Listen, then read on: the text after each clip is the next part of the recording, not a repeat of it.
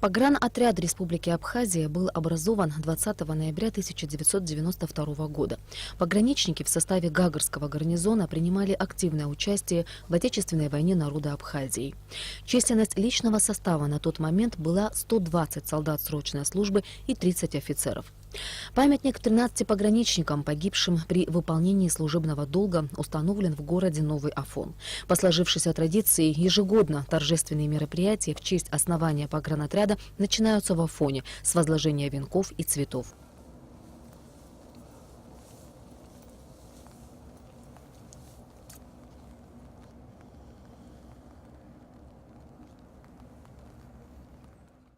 Затем торжественные мероприятия продолжились в Сухуми. С днем основания части пограничников Абхазии поздравил начальник погранотряда Нодар Чичхиани. Всегда День части в пограничном отряде носит такой семейный оттенок. Есть теплое отношение друг к другу и понимание тех целей и задач, которые мы выполняем и хотим достигнуть. В разные периоды нашей службы в пограничном отряде были свои трудности. Никогда пограничный отряд не складывал руки, не опускал голову. Никогда пограничники не сдавались противнику. Никогда застава не убегала с поля боя. Всегда высокий моральный дух пограничников был примером для других родов войск.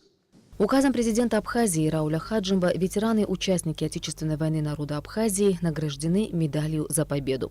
Отличившиеся офицеры в честь Дня пограничника были награждены грамотами и медалями. Ряду военнослужащих также были присвоены очередные воинские звания.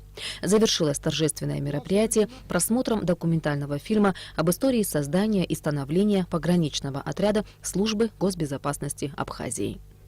Ирина Аршба, Тамас Чукувани, Абхазское телевидение.